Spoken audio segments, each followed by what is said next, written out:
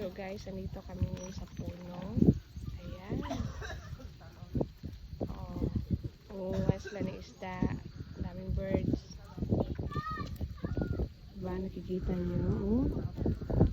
Pag mag-harvest sila, lalabas tong mga bird na ito. Ayan. O, diba? Ang dami ng mga bird.